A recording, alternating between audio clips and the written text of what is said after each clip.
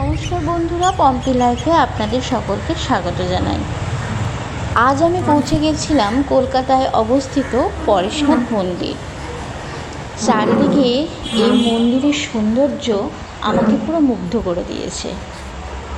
এখানে কচ্ছপ, মাছ বাগান, চারিদিক সাদা আর সবুজ আর ফুলে ঘেরা। এখানকার মন্দিরে যে ভগবান বিরাজমান তার অপূর্ব দৃশ্য আমার তো খুব ভালো লেগেছে। আমি আবার যাব। যদি আপনাদের যেতে চান তাহলে বিধাননগর থেকে অটো ধরে চলে আসুন গৌরীবাড়ির মোড়ে। সেখানে যে কোনো কাউকে জিজ্ঞাসা করুন যে মন্দিরটা কোথায়, আপনাদের খুব সুন্দরভাবে বলে দেবে।